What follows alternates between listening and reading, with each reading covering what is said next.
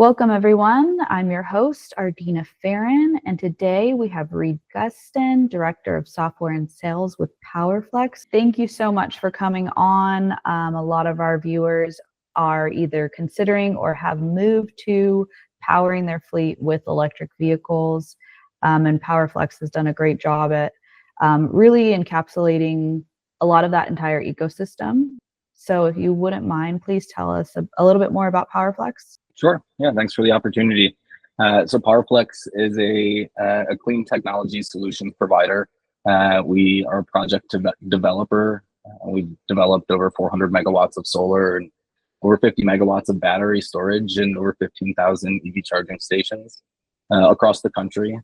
Today we have over 40,000 chargers operating on the PowerFlex software platform. It's a charging station management software. It also is a battery energy management software and data acquisition software for solar. So while PowerFlex is a project developer developing these large, complex, multi-technology projects in the commercial and industrial space, we are also a software developer providing this comprehensive energy management solution really aimed at optimizing costs and revenues associated with EV charging and solar and battery storage. Okay. So if a fleet manager or, a company makes their way to you, what might they expect to experience? Well, as fleet managers are making the decision to electrify their fleets, there's lots of considerations that come along with that. Not just which vehicles they're going to buy, but also how they're going to manage the charging of those vehicles, where and when to charge, how much it's going to cost. If they do it, at their site, do they have enough energy for that? They may or may not own the property. So there's lots of things to think about. And PowerFlex helps our customers kind of understand the complexities of the ecosystem and make the right decisions to solve for both their needs today, which may be, one EV truck and one EV charger, or as well thinking about their needs down the road, which may be hundreds or thousands of electric vehicles and therefore chargers that are needed to charge them. It sounds like there's quite a bit of consideration that come into play when a company decides that they want to electrify their fleet. Would you mind going into a little bit more detail about them? Sure. Yeah.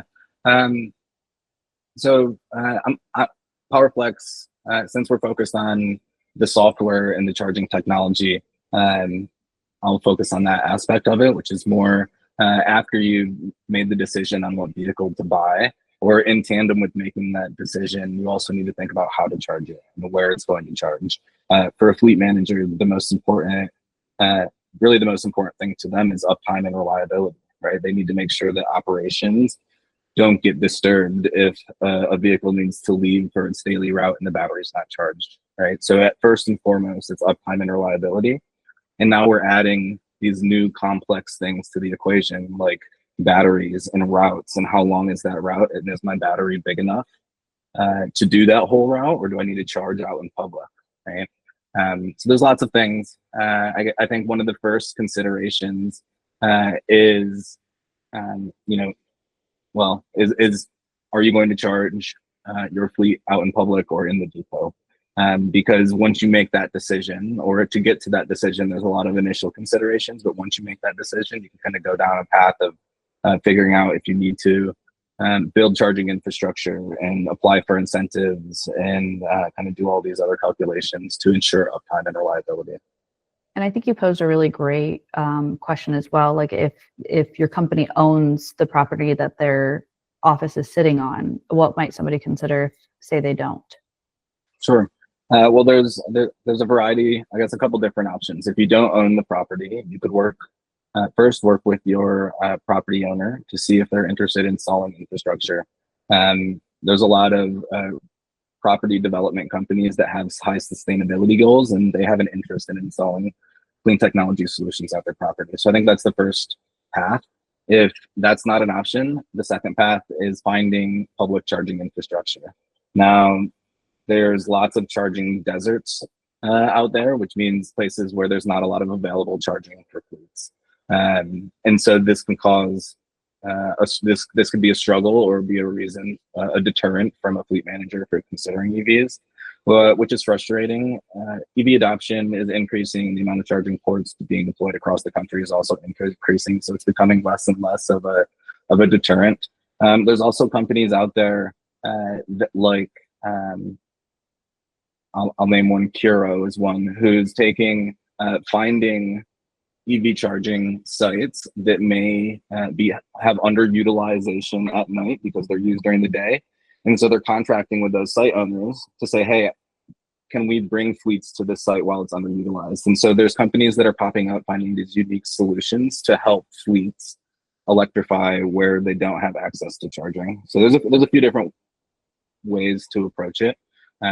I think the best solution, the lowest cost long-term solution, is deploying charging infrastructure on your site if possible, because you can really control electricity costs. That makes sense. And what might somebody expect if they are able to place chargers on their sites? So there's some considerations here as well. If you're able to deploy charging infrastructure, there's a variety of different charger sizes and types. And so before just going and buying a charger without doing really some calculations ahead of time, you want to do some analysis about, how long is your dwell time? Means how long are these vehicles parked in your parking lot for? And how much energy do they need in order to get to the charged enough to go on their next trip? I mean, maybe they need to get to 100% state of charge while they're parked overnight. That's a common use case for like a last mile delivery fleet, or most fleets that just have daytime operations. They're parked at night in the parking lot. Overnight charging is a great solution because we can deploy a level 2 charger, which is an AC charger instead of DC. It's a lower cost to deploy the infrastructure. They're a lower cost charger, EVSE themselves, and therefore you'll have a lower cost of installation. And the level 2 chargers also draw less power, right? And so not just from an energy perspective or kilowatt hours, but from a demand perspective, when you have demand charges, when you are able to control those demand charges or control the demand, how much power you're pulling, you're ultimately saving a lot more on energy costs. So oftentimes people think, I want to put in a couple fast chargers so that I can get my vehicles charged up as fast as possible. And if those vehicles come back to the depot at night, they plug into a DC charger, charge up in 45 minutes, and then they get unplugged and they just sit overnight. There was likely a more optimal way to deploy infrastructure to service the needs of the fleet and like really reduce your capital costs and ongoing costs from a demand charge perspective. So yes, there's lots of considerations. I think the right thing to do is find a solution provider that's credible, that has a history of deploying charging infrastructure and working with fleets that are similar in your size and in your area, because there are a lot of considerations that are often overlooked, especially when the fleet is making this decision for the first time. So the way I think of it is I call it like phase 1 or phase 2 and then phase 3. And so in phase 1 and phase 2 are typically the pilot phase. This is where a fleet currently has 100% ICE vehicles. Maybe there's a new local mandate or a sustainability policy within their company that's driving them to electrify, and they haven't done it yet. It's still almost a black box to them. And so in that scenario, they likely purchase 1 or 2 electric vehicles and 1 or 2 EV chargers. And it's just an experiment, right? The uptime and reliability of those chargers isn't, as critical because they still have 99 or almost 100% of their fleet as ICE vehicles that are maintaining daily operations. Again, operations and reliability and uptime is operational uptime for the fleet is what's ultimately the most important. Right. But as you get to phase 2 and phase 3, where you go from 1 charger to 5 chargers or to 50 or 100 chargers, now it's a much larger percentage of the fleet that's electric, and making sure that you have the uptime and the reliability from the EV charger perspective becomes much more critical. So, planning for not just what you're solving for today, but thinking about how your fleet's going to electrify and the right partner that's going to work with you over the long term. It's critical to think about in the beginning, even though it's maybe 5 or 10 years down the road. Sorry, I was rambling. Wow. No. But as you can tell, like there are definitely, I've been doing this for almost 6 years now, working with EV charging deployments. In the last 2 or 3 years, specifically with fleets and integrating with solar and battery storage and how it all ties together. And it is very complex, and it's only becoming more complex in the next 2 to 3 years when you have bidirectional electric vehicle charging, right? Where every vehicle that's driving around is essentially a battery that has the capability to discharge back to the grid and service the grid and generate additional revenues, right? So we'll save that for a second webinar because that's a whole nother rabbit hole. Yeah, it sounds like it. No, I appreciate the insight and the information you gave because, like you said, it's only getting more complex. Business owners, fleet managers, they only have so much capacity to take in and learn EV infrastructure, EV charging, to get their fleet ready or consideration to get their fleet ready. And you brought up some interesting instances where there's been some challenges or, people were caught by surprise firsthand, whether, that's using a fast charger and your vehicle's charged, like that, but it's just sitting there for 8 hours extra overnight. Or the fact that, maybe by using the, remind me again, the AC charger, DC charger. So there's level 2 and level 3, or AC and DC. People have different terms for them. The AC is lower power. They charge slower, and the DC power is faster. It runs off of 480 volt, higher power. So they're therefore much more expensive to deploy and have higher demand charges to operate. Right. So with those instances, what other hidden costs or challenges might somebody experience or have experienced and spoken to you about? Sure. So there's a few challenges that come about when you want to deploy chargers. I think the first big one that happens most often is capacity constraints. The fleet is operating and it has a goal to electrify some amount of vehicles, and so they have then a plan to buy 20 electric vehicle chargers for their depot, right? And that may all sound good or look good on paper, but as soon as they perform a load study, if these chargers are going to be connected like on their existing electrical panel, or when they reach out to the utility asking for some incentive money to cover the cost of the installation, you find out that you have limited electrical infrastructure. And instead of installing 20 chargers, unless you include some type of load management solution, you can only install 10. Right? Well, that may not work for you because you need 20. You've ordered 20 vehicles that are going to be at your depot in the next 6 months, and like you forgot to think about charging before you ordered the vehicles, and so now you're kind of stuck in this pickle. This happens all the time. Luckily, there is a solution. PowerFlex X, our software platform, has a patented solution called adaptive load management. And this allows you to add more chargers than what the electrical code would otherwise allow onto the existing electrical infrastructure. So instead of installing 10, we could potentially even install up to 60 or 80 chargers, right? It really depends on what the need is at the site. We use our software to do active load management. We take into consideration what are the capacity constraints from the electrical infrastructure, how many vehicles are charging at the same time, and how much energy do they need. And all of this is happening in the software in the background. There's an equation that's always happening. And so the chargers are actually dynamically always kind of changing the amount of power that's going out into the vehicles based on the driver requests or the fleet requirements, as well as the capacity limits. So there's some intelligent solutions to help get through that, but it's probably the most common thing that happens that is overlooked in the beginning phase of a charger installation. Another thing is fleets often think that this DC charger is a good solution, again, because they want a faster charge, but all of the fleet is coming into the depot at the same time and they're all leaving at the same time. So there's operational things, again, when operations and uptime and getting vehicles out the door on time is really important. These are some things that you may not think about that you would lean on somebody like PowerFlex or who are your solutions provider to kind of think about that and provide that insight ahead of time. Another one is ADA.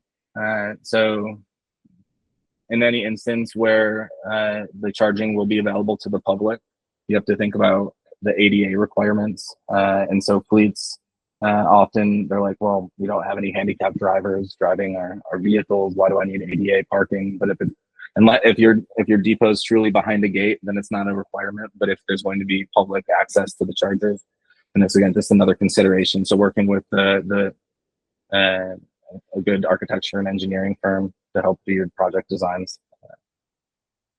And then I think the last thing is energy cost.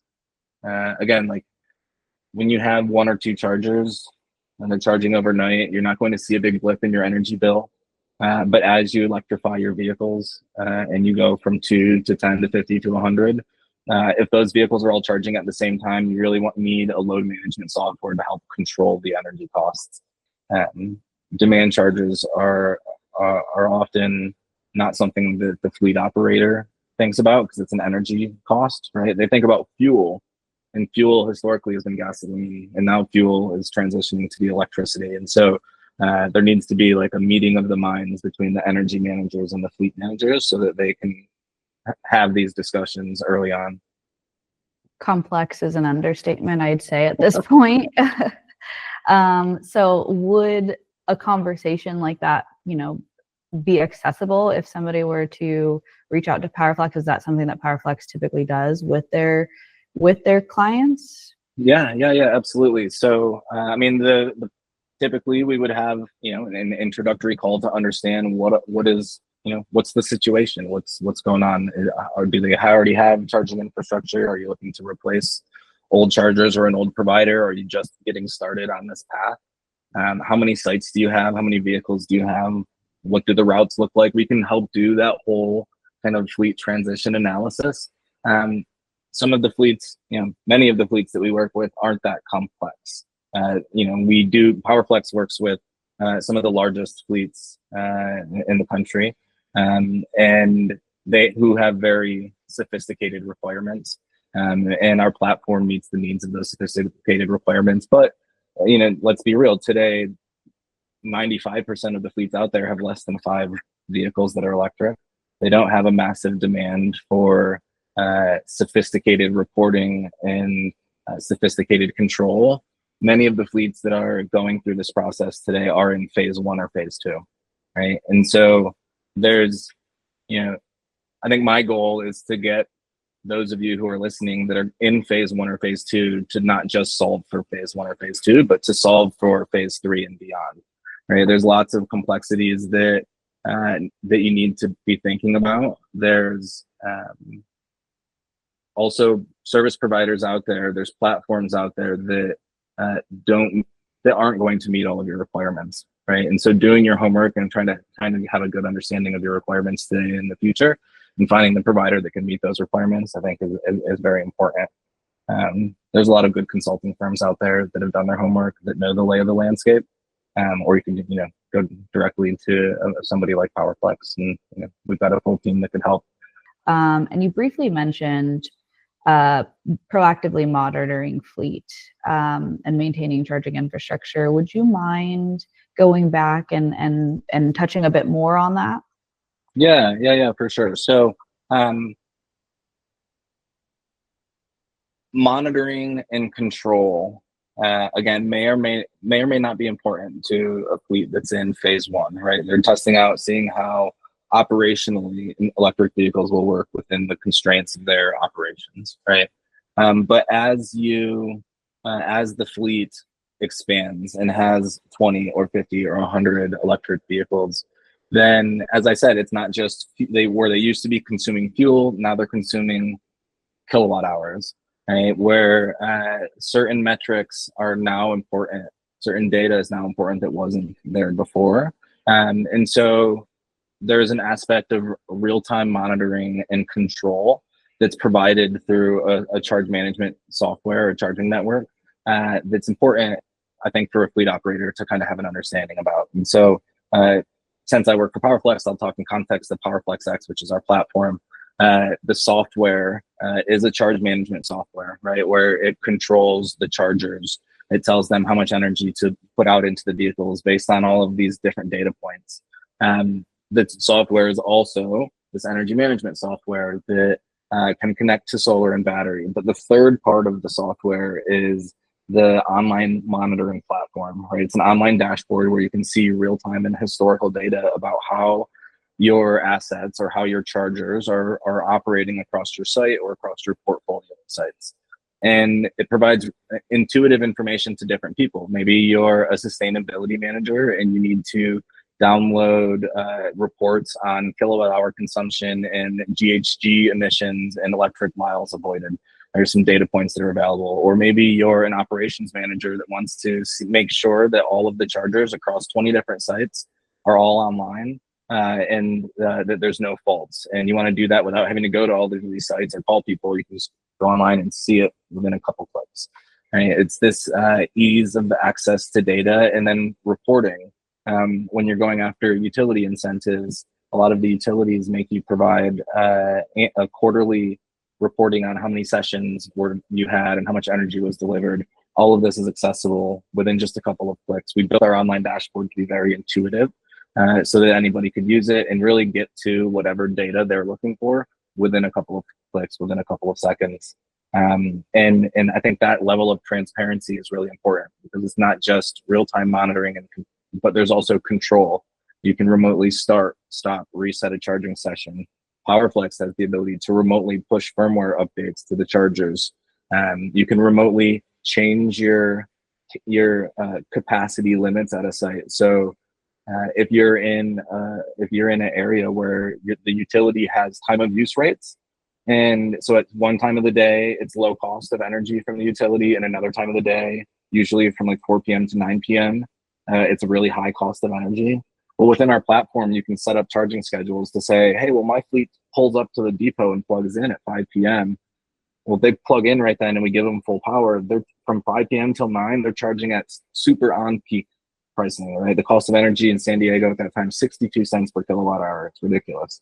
Well, with our software, we can shift the charging to 10 p.m. till 4 a.m. where it's super off peak pricing at only 10 cents per kilowatt hour or something way less. And so with the platform, we can install more chargers and reduce CapEx costs, but also it's really from an operational perspective, we can reduce the long-term operating cost by having this level of control. And so I guess that's kind of the third big major piece to it. It's like you're not just figuring out what size chargers to plug in so that you can charge your fleet, but it's like somebody's got to monitor and you have an asset manager who needs to make sure that the chargers are always active so that your fleet can go on their routes the next day. And being that 95% of the fleets right now who currently have EV inclusion in their fleet makeup, what would you say to them to really drive in the message to begin to prioritize and habitualize monitoring? Because being that there's one or two, they might just kind of glance at monitoring, or what would you really say to them for them to realize how the importance of it? Yeah, I think it depends on how hands-on or hands-off they want to be. What's important is knowing, it's the same thing that I think the same thing that I've said is uptime and reliability, right? If they can know that all of their chargers are working, then their fleet should be able to get the charge that they need, right? Their drivers should be able to plug in. And so we have alerts, right? And so when you can set up alerts to go to a specific person, a specific team member who might be responsible for coming in and hitting the reset button, then it's like, all right, well, now you have a responsibility. Now I can ensure that there's like an SLA. When an alert goes off, this person goes in and hits the reset button.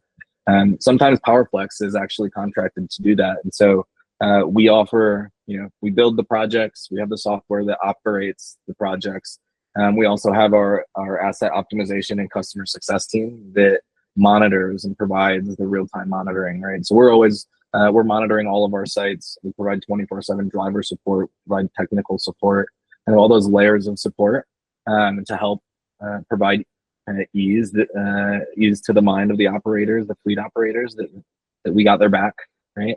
The dashboard proves that we got their back, right? Our support team uses the platform, the dashboard, to support drivers and sites the same way that we expect our customers to use the platform. So we use it's all of the buttons and levers that enable us to be operationally flexible. And you touched on this with load management and being able to increase the amount of chargers over time. I could imagine that at one point a company's not going to have one single charger for every vehicle that they own. How might the organization ensure that that infrastructure can continue to be scalable and support their future growth? Future proofing, one of my favorite topics. Future proofing is extremely important when you have a large fleet and you're going through phase 1 or phase 2. There are some key costs that go into deploying EV charging infrastructure, things like trenching through your parking lot, or doing a branch circuit to a new panel because you need more breaker space. Some of these just key components that make up a big chunk of the infrastructure cost when doing a deployment. And if you're going to put in 5 chargers, and you know that in the next 5 years you're going to need 20 more, well, it makes a lot of sense to do all of the trenching in year 1, lay all of the conduit in year 1. You don't have to pay all the money for copper and run all the cables, but at least do all of the initial infrastructure work to the stub out to where you plan on putting the charger in the ground. And this may cost more up front, but it's going to save you a ton down the line. So that's really big. It'll save you tons. There's also, some utilities provide incentives to cover some of the future proofing costs. An example is in Con Edison in New York. They've got, the Make Ready program that covers a bunch of these infrastructure costs. But then they have a future proofing rebate that you can add on top of the Make Ready rebate that covers like an additional 10.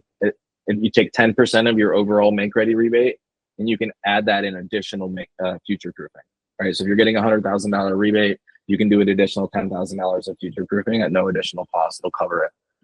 So utilities are thinking about it as well, trying to provide some incentive to property owners and make smarter decisions. Another thing to think about is also the addition of distributed energy resources like solar and battery storage.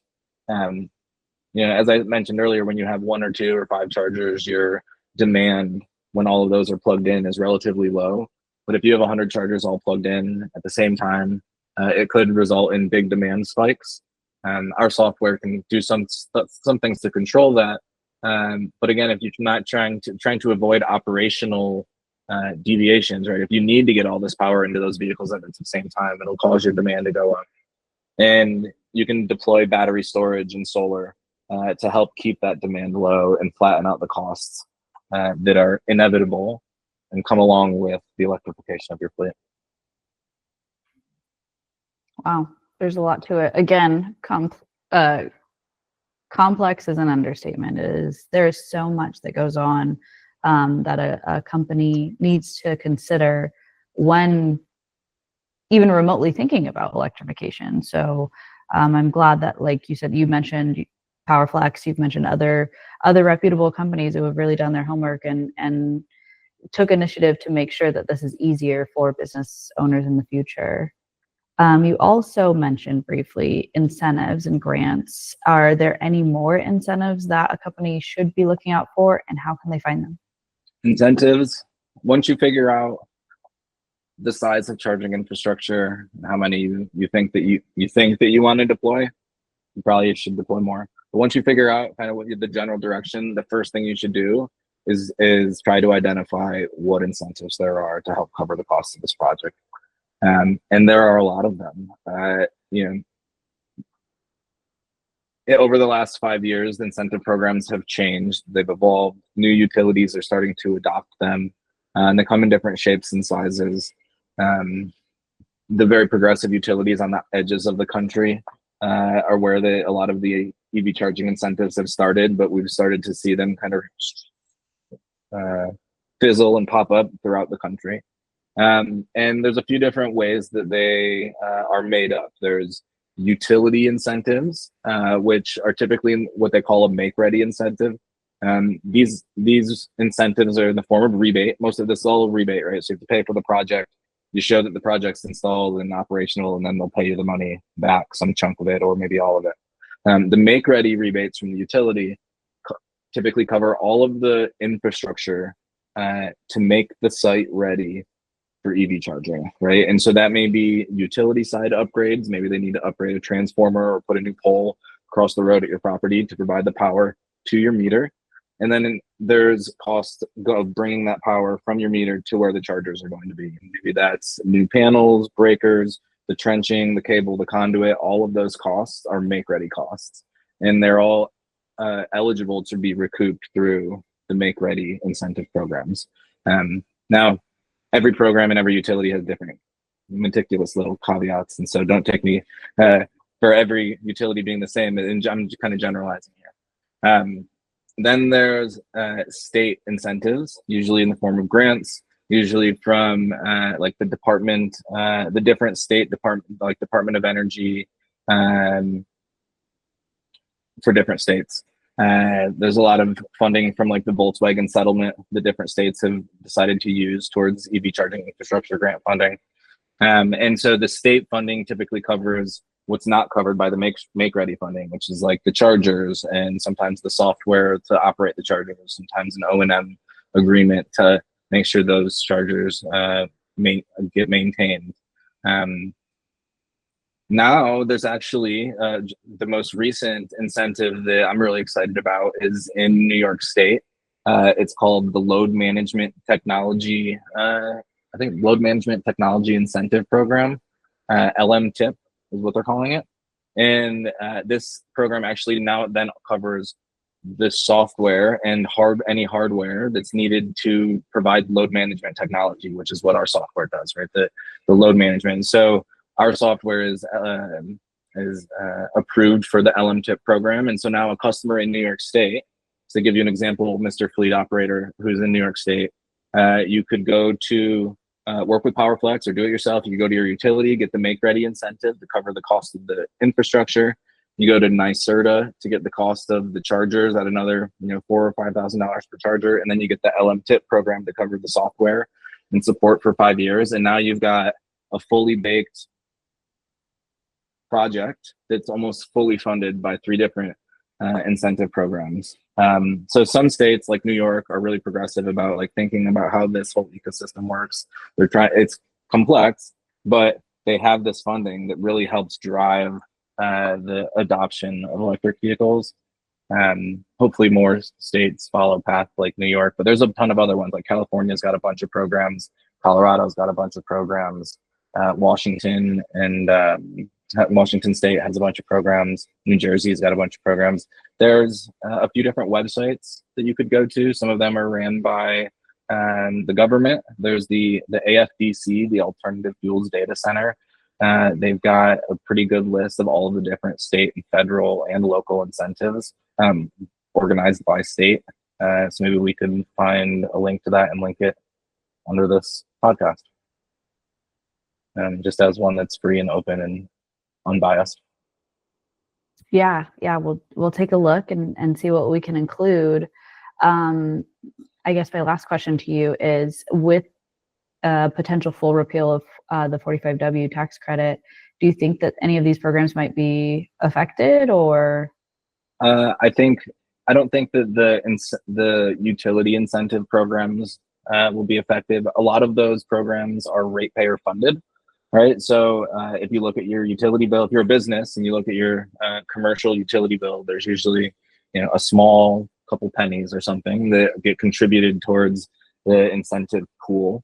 And most of the utility incentives are funded by that pool of funding, right? And so I don't think that there'll be any impact there, as well as some of these other grant programs that are funded by other sources. I mean, yes, there's tax credits, they're going away, and that's a shame, but I don't think that those are the main drivers of adoption, right? It's almost like, it's some icing on top of the cake, but the project costs, the hard costs, are being driven by these state and local incentives that aren't affected from the federal side as much. Well, I think that's some hopeful news then for companies who might still be considering. And I think that there's, like we have said time and time again, so much to this for them to consider that just that one potential repeal will not truly affect, their operations or how they begin to electrify or continue to electrify their fleet. I'm not awfully concerned. From what I've seen, there's been a slowdown in decision making, but it's not a stop or a turnaround, right? I think that companies are generally concerned, and they and there's a lot of fleets that were historically driven by fleets in California were driven by these different clean fleet rules that have been reversed. Where they're like, I was planning on, I had all these plans of deploying infrastructure and buying lots of vehicles, and right now all of those plans are on hold, right? So in some industries, especially in the fleet world, especially in the long haul, heavy duty logistics, and in different parts of the country where they're being affected by these rules, things are on pause, right? But electrification, EV charging in general, it's all go forward, all ahead. Full steams ahead. Full steam ahead. Yeah, I think PowerFlex. We just finished our first half kind of team meeting. I think we increased the amount of chargers on our platform in the first half of this year by almost 9,000 chargers, and over 1,500 of those were actually chargers that we deployed. So one thing that we're seeing is there's a lot of charging networks that are going out of business or no longer supporting commercial operations in the U.S. PowerFlex is here for the long run. We've got a long runway because we do the solar and battery storage project development. It kind of creates an additional path for us to have comfort in the space that we're in and continue developing our software at the cutting edge and deploying resources and R&D and really being at the cutting edge with our software platform.